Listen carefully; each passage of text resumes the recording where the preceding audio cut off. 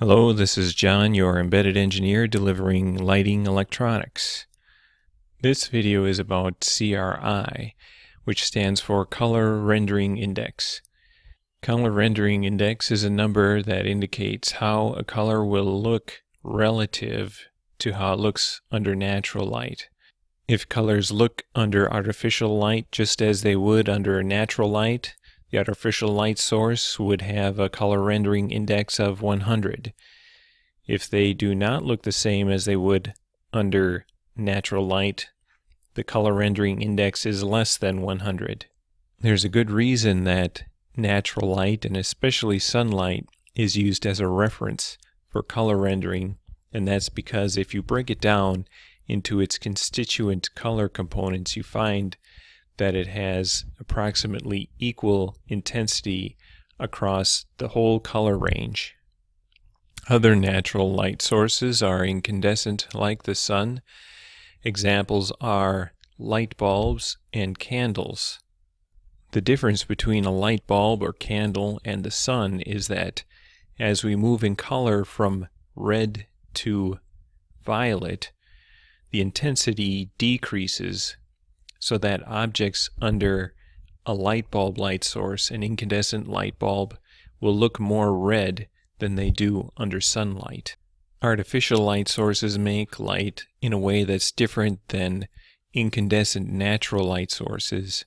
For example, it is common for LEDs to start out with an intensity that's somewhat lower in the red area, and then the intensity increases as we get through the yellow and into the green, and after green the intensity decreases some until we get to blue, and then the intensity increases sharply, and then once through the blue range it sharply decreases again in the violet range.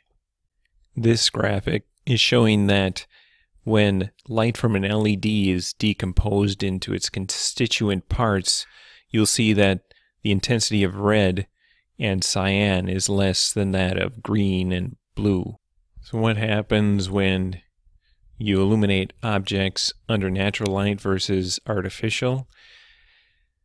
In this example, I'm trying to show that an orange object, which has a lot of red content under sunlight, will look somewhat washed out and more green under LED light that we know has a deficiency of red. The last example was an exaggeration, but this one is based on calculations of how the CRI test colors would look under sunlight and a particular LED light.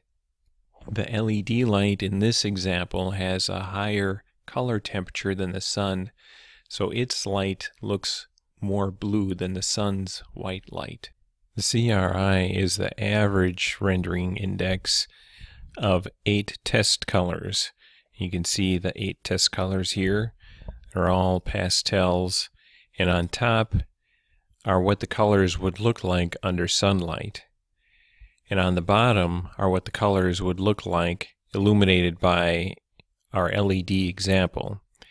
And you can see that those pastels that are more blue have the blue emphasized, and those that have red in them seem a bit washed out. The CRI is the average of the 8 individual rendering indexes.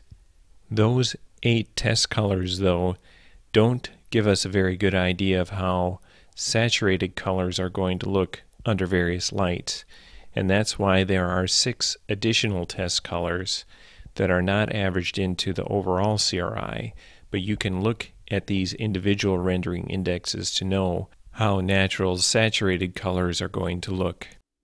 With the test LED in this case, it does have a deficiency of red, and so the red rendering index is a very low 0.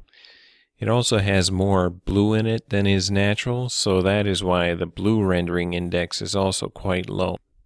The red rendering index is also referred to as the R9. In summary, colors may not look the same under artificial light compared to natural light because Across the color range, artificial lights usually have an irregular distribution of intensities.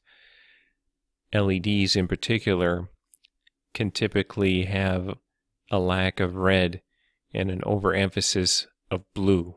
This is why for LED light sources, many will consider the R9 in addition to the average CRI. To learn more or to get help with your LED lighting project, go to embeddedee.com. Thank you for watching.